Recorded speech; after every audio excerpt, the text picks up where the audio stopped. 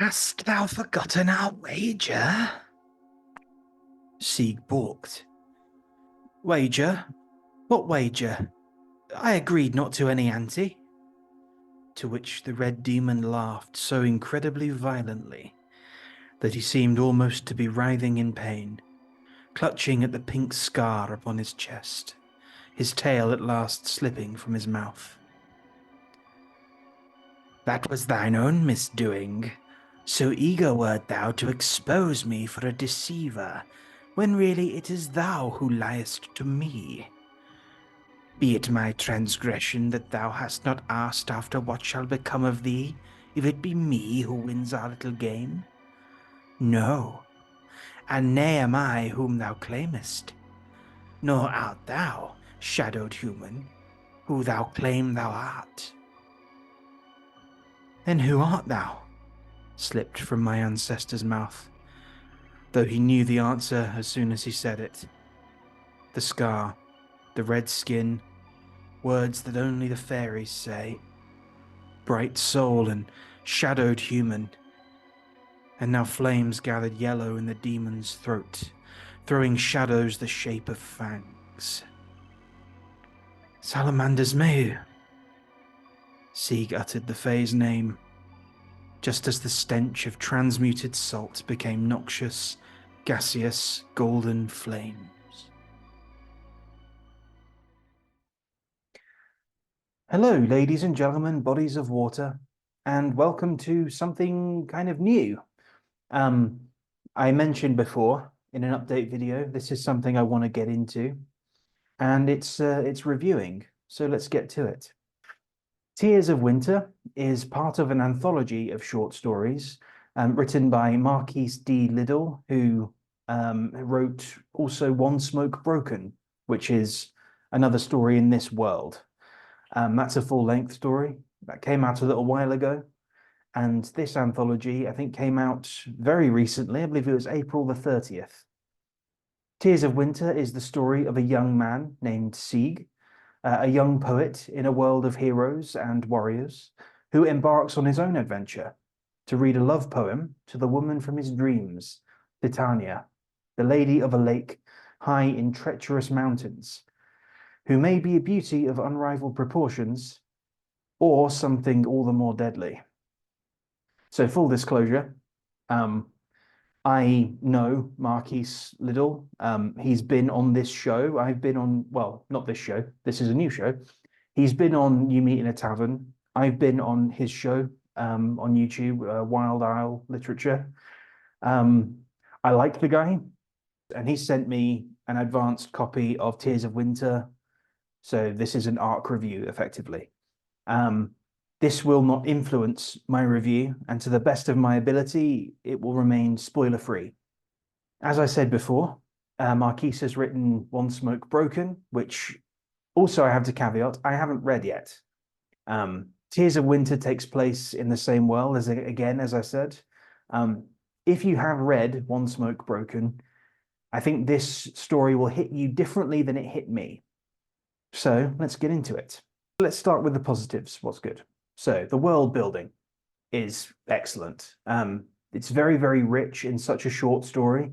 I think it was 30 something pages, at least what was sent to me. It probably formats out slightly differently, but in a story that short, the world building is incredibly rich and very, very well presented. A solid idea of the environment, the society that Sieg is part of, the clashes with barbarians that threaten that society, the attitude toward them, some hints to kind of wider mythology outside of this story, no doubt explored in One Smoke Broken, and potentially other stories in this anthology. Another positive would be Sieg himself, the main character, who is well drawn, very flawed, kind of young and naive. I would say it might stretch some readers' believability that he's even making this particular journey in the first place. But from early on, it's apparent that there are forces outside of him that are sort of influencing him to go on it in the first place and kind of drawing him in. He's also very vulnerable as a character, which adds to the tension and it adds to the anticipation of how he's going to overcome certain obstacles and certain threats, or even if he can overcome them in the first place. Which brings me on to the threats. The threats are also very good. They're all very real, all very defined, very well defined. There we are.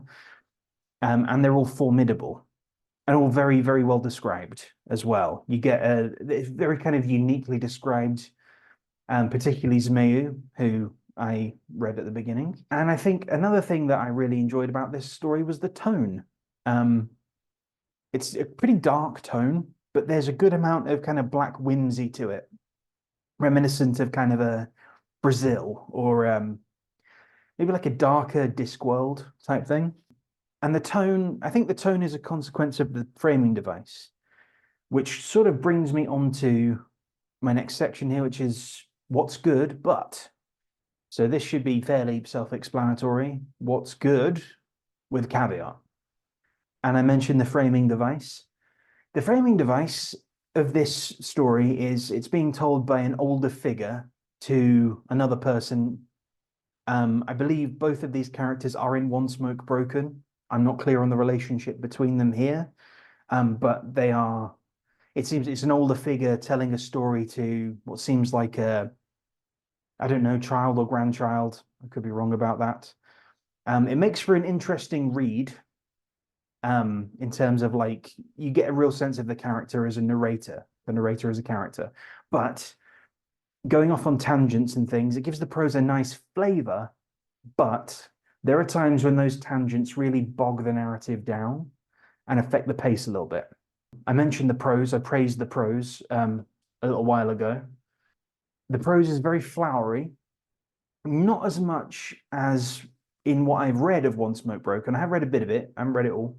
It's got a good pace to it. I think he's refining his prose a lot.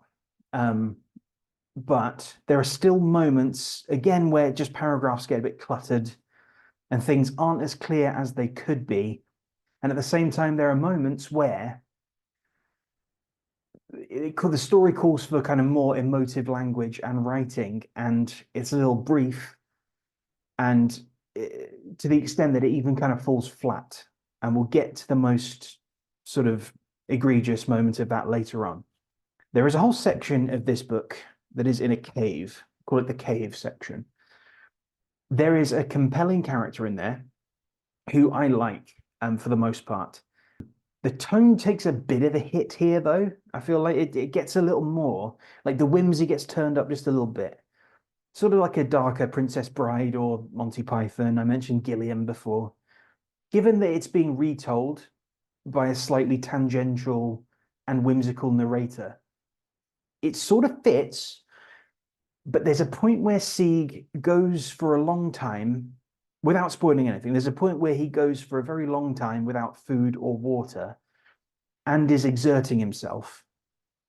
And he doesn't have any negative consequences for that at all. And it threw me out of the story completely.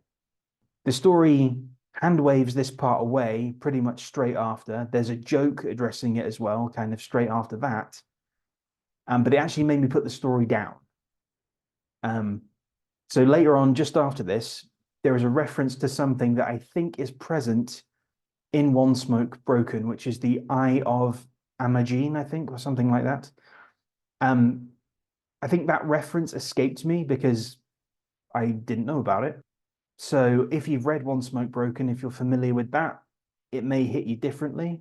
It will almost certainly hit you differently than it hit me. Also, given that this is a retelling of a story, you may think that the narrator is stretching things, right? Which is possible. It happens in legends all the time. Facts get kind of stretched and twisted and turned into something else to make the hero seem more grandiose. I think that's a little subjective on my part, but that's why I'm caveating it so much. This is also a bit more subjective for me. There's a significant powering up that happens in the cave. And I think this is a consequence of the format. This would be handled differently if this was a longer tale. It would be kind of in a way that might feel a bit more earned. I think Sieg earns the power up here, given what he overcomes. But again, I think this is a limitation of form, not necessarily a limitation on MarQuese as a writer. Okay, so we'll get into now, pretty brief, what isn't great about this, what did not hit me at all. I think the big thing for me, the big sticking point I have with this story is the ending. The ending is very anticlimactic in its execution. I like where it ends up. I like even how it ends. I think it ends in a good place, but it feels very rushed. And this is the kind of ending where you actually need more purple and emotive writing, something that this guy does a lot. Just to take more time with the beats of what happens in that ending. What I'd like to see from MarQuese as a writer is a growth in his ability at writing emotion, which at the moment is something that I think stands to improve, particularly as he is quite, particularly as his style is quite kind of flowery and quite purple. Having the sort of purpleness in certain places, but not having it there was sort of strange to me. I feel like, particularly when you've got that emotional kind of payoff at the end, it really needed a bit more fleshing out. The other thing is the poem, the actual love poem itself. I'm not saying it's a bad poem, but if the poem is meant to have the effect it has, I think it's better not to show it. Like, I think it's better left to up here. Like, show me how powerful it is by the effect it has. Because if you try and do that, but then you also have a poem, and the poem is, it's just you're never going to live up to those expectations, I think. Okay, so let's get to conclusions. So I think Tears of Winter is a good showcase to what MarQuese Liddle can do. And it's actually made me want to have a proper look and a proper go through of One Smoke Broken. And because it's pretty sold me on the world, I think. Overall, I think Tears of Winter is a pretty good read. If the rest of the anthology is of this quality, I think it will be worth picking up. The writing style is mostly solid, and I think there's a lot of potential there to be refined. I would say it's a ripping yarn. That's how I would describe it. Tears of Winter is a ripping yarn. If you like a touch of whimsy and a sprinkle of darkness with your fantasy, something again like a Terry Gilliam, take a look at a sample. If you like it, pick it up. All right, so that was that. That was fairly painless. I'm standing up and I'm not wearing trousers.